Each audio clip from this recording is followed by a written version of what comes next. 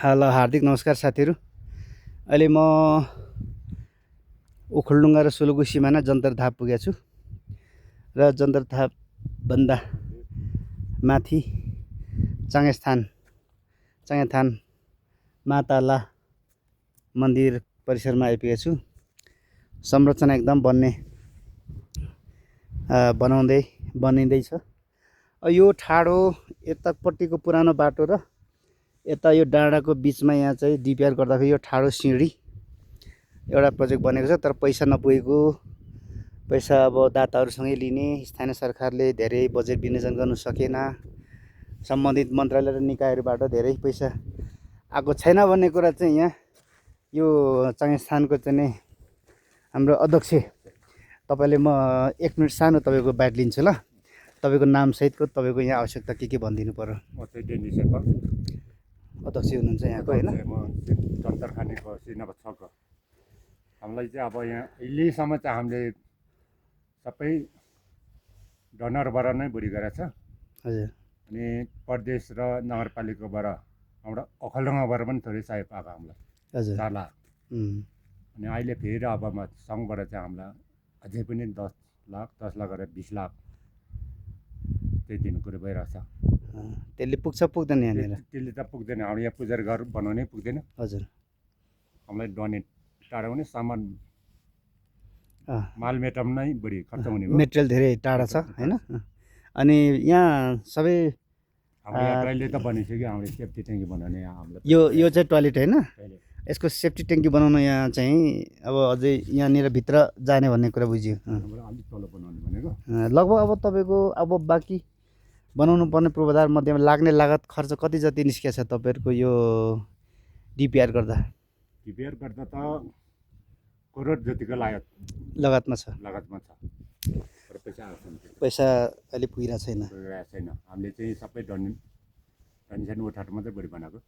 सबैले आर्थिक सहयोग मागेर मात्रै मागेको भरमा गरिराखेको छ। अहिलेसम्म आर्थिक सहयोग त निकै राम्रै आएको होला हैन? राम्रै आएको छ अहिलेसम्म। के कति पुग्यो होला अन्दाजी? सबै टोटल नभनौँ, मोटामोटी 5-10 तलमाथि हुनसक्छ। कति जति आयो होला? अहिले हाम्रो टोटल हिसाब गरेको छैन यो। हामी अब यो बजारपछि टोटल हिसाब गरेर अनि त्यहाँबाट चाहिँ। हजुर, धन्यवाद। अब यो बजार मेला लाग्दैछ, बजारको व्यवस्थापन के गर्दै हुनुहुन्छ? अब 2-3 दिनदेखि त यहाँ त मेला पूजाआजाको लागि मान्छे आउँछन्, दर्शालुहरू आउँछन् हैन? हामीले सोलुको पुलिस पोस्ट पनि राखेको हुन्छ 10 जना, ओखलढुङ्गाको 10 जना, अनि हाम्रो प्रत्येक समूहबाट 5 जना स्वयंसेवक सुरक्षाको लागि, व्यवस्थापनको लागि। अनि यहाँ जम्मा स्टल कतिवटा छ? स्टल निर्माण गरिएको रहेछ यसपालि हैन? स्टलहरू भनेको पसल राख्ने। माथलामा 11वटा छ, यहाँ 3टा। 11, 3, 14वटा अझै बनाउनु बाँकी छ।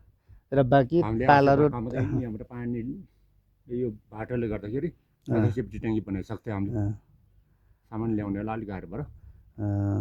बाँकी यो स्टलहरूमा नपुगेकोलाई चाहिँ यसरी यो खाली ठाउँमा पालहरू बनाएर राख्नु, यही बाटोमा पनि राख्नु मिल्छ नि त हैन? बाटोमा मिलेन, यहाँ चाहिँ मिलेन। यतापट्टि कहाँ छ ठाउँ? यतापट्टि चाहिँ उतापट्टि चाहिँ हाम्रो चाहिँ अब कोही डिजे टोलीहरू बोलाएको छ हामीले। डिजाइन बोलाएको छ। हजुर। त्यही भएर चाहिँ अब त्यहाँ चाहिँ खुल्ला राखेर कोही टिकटक बनाउँछ। अब टिकटकको चाहिँ नि यहाँ एउटा स्टुडियो जस्तो टाइपको डाँडा एउटा चाहिँ टावर पनि बनाउनु पर्ला हैन? बिस्तारै तपाईँहरूको प्लानमा होला। भनेपछि तपाईँको अघिको भनेअनुसारले अबको पूर्वाधार निर्माण गर्न अझै 1 वर्ष लाग्छ। 1 वर्ष लाग्छ है? ल आदरणीय साथीहरू, हामी डाँडामा आइपुग्यौँ। यो सब व्यावसायिक स्टल हो, त्यो टोयलेट भयो, यसरी खानेपानी ट्याङ्कीको लागि। हो दामी। यहाँ लुङदरको लागि फाल्टे 2 ठाउँ बनाएको रहेछ नि लुङदरको लागि? यहाँ एउटा उताबाट अघि देखिएको थियो बाटोमा। यो उता चाहिँ यो चाहिँ पत्ताले बजार हो है। अनि नेपालको झन्डा ठुलो बनाउनु भएको छ। यो नेपालको झन्डा, यो चाहिँ बुद्धको, यो पनि लामो छ। यो हावाले झारेको भन्ने कुरा आएको छ। यो गेट, यो चाहिँ मन्दिर। अब म चाहिँ यो मन्दिरमा 2052 सालमा आएको थिएँ। 3-4 चोटि लगातार आएँ। त्यसपछि यो संरचना यस्तो थिएन होइन। यो चाहिँ टिकट बुकिङ काउन्टर यो बत्ती बाल्ने बत्ती ए बत्ती धुपधुवार गर्ने पितृहरूले सम्झिने यस्तो स्ट्रक्चर रहेछ त्यसले। अनि यस्तो दामी बनाउनु भएछ हरियाली। यहाँ यसो एकचोटि म त देब्रे घुमेको छु त अलिक कन्फ्युज भएर म तलैबाट घुम्छु। यहाँ माथि कङ्क्रिट छ। हामी कङ्क्रिटमा हिँड्दा हिँड्दा हैरान भएको। कङ्क्रिटमा नहिँड्ने यो यस्तो छ। यहाँबाट यसो जाने दामी भ्यूहरू हेर्नुहोस् त। यो यता सोलु जिल्ला पर्छ। वाउ ए अघि अर्को देखेको लुङदरको पोल भनेको मैले यो थियो यताबाट यता आयो ल। यहाँ एउटा गेट यो माथि बन्दैछ। वाउ राम्रो छ। यस्तो दामी छ। आदरणीय साथीहरू तपाईँहरू यो आउने 11 गतेदेखि पूजा छ। आज 8 गते हो। 11 गतेदेखि पूजा छ। यो पूजामा अथवा यो मेला छ। मेलामा यस्तो मजाले व्यावसायिक ट्रस्ट स्टलहरू बनाएको छ। 13-14 बनेको रहेछ। बाँकी यहाँ चाहिँ घुम्ने है घुम्ने हुन्छ। यो ओभरअल बक्कैदा राम्रो भएको छ। मलाई अनौपचारिक अघि मैले अध्यक्षज्यूले सोधेँ, उहाँले सबै कुरा त भन्नु भएन। यहाँ निकै करोडौँ लगानी भइसकेको छ र अझै यहाँ चाहिँ पुजारीहरू बस्ने घरहरू बन्नुपर्ने अनि अरू केही सेप ट्याङ्कीदेखि लिएर सिँढीहरू अरू केही बनाउनु पर्ने कुरा, खानेपानी योजनादेखि लिएर धेरै कुराको अझै पनि करोड लगानी हुने सम्भावना छ। त्यसको लागि उहाँहरूले सरकारले पनि अनुरोध गरेको छ। तर सरकारको पहुँचमा अहिले यो सम्पदा सांस्कृतिकमा त्यति धेरै भ्यालु गरेको छैन भन्ने पनि गुनासो अस्तिदेखि सुनेको थिएँ। खैर जे भए तापनि यो सांस्कृतिक धरोहर हो हाम्रो। यो भूगोलले यति राम्रो भूगोल दिएको छ कि यो भूगोल प्राप्त गरेको संरचनालाई सौन्दर्य बनाउने दायित्व हाम्रो। अब यहाँदेखि त यही नजिकै छ तर अहिले चाहिँ कुहिरो लागेको छ। यही छ संसारका मानिसहरू आउने माउन्टेन एभरेस्ट यहीँ नजिक छ है।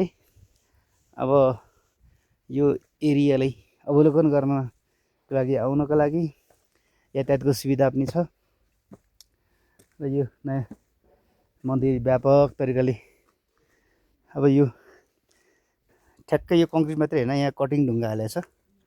मैले यो अभियानमा लाग्नु नै अभियन्ता दाइ आङ्काजी शेर्पाले अस्ति पनि सूचना गर्नुभएको थियो। केही मेहनत गरिएछ भन्नुभएको छ। अब अहिले चाहिँ यो तामाको पुरा टोटल तामाको ढोकाहरू आएको रहेछ है। यस्तो तामाको ढोकाहरू आएको रहेछ। यहाँ पुजारी हो, यो मेन हो। उहाँ चाहिँ आङ्काजी दाइ त्यहाँ हुनुहुन्छ। अब अहिले मन्दिरभित्र पस्नु हुन्छ हुँदैन मलाई थाहा छैन। म बाहिरबाट केही कुराहरू यति रेकर्ड गर्छु। ल यो चाहिँ मेन डाँडा। ल म यति मात्रै छिर्छु। आङ्काजी दाइ, आङ्काजी दाजु, दाजुले मेरो हाम्रो अध्यक्ष र यहाँको अभियन्ता मेन मूल खम्बा, यो प्रोजेक्टको खम्बा दाइहरू अनि यहाँ चाहिँ मिस्त्री बाहरू दाइहरू सबै हुनुहुन्छ। भर्खरसम्म आएको रहेछ है। ल अहिले यति नै राखौँ। अब बनिसकेपछि च्यानल ल है त। ल आदरणीय साथीहरू, यहाँ आङ्काजी दाइ पनि यहाँ पुरा लागि पर्नु रहेछ। किनभने भोलि पर्सि 2-3 दिनभित्र यहाँ ठुलो मेला लाग्दैछ। त्यसको चटार छ। हजुर दाइ चिया मैले खाइरहेँ तलतिर।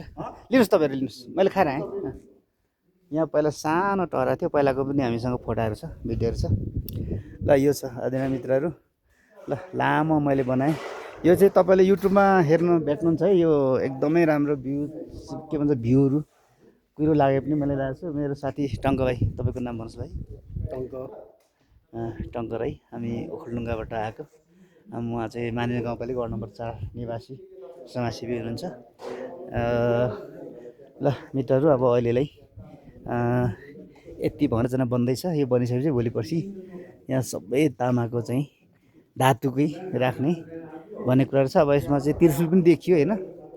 त्रिशुल मैले यहाँ बाहिर कहाँ पनि एउटा ठुलो त्रिशुल देखेको थिएँ मैले। यहाँ कता हो, यता एउटा ठुलो त्रिशुल राखेको छ। यता बुद्धको फ्ल्याग, नेपाल झन्डा। यहाँ त्रिशुल छ। अब यो भिन्न आकृतिको कुराहरू बनिँदैछ। ल अहिलेलाई चाहिँ बिदा भए हजुर, नमस्ते।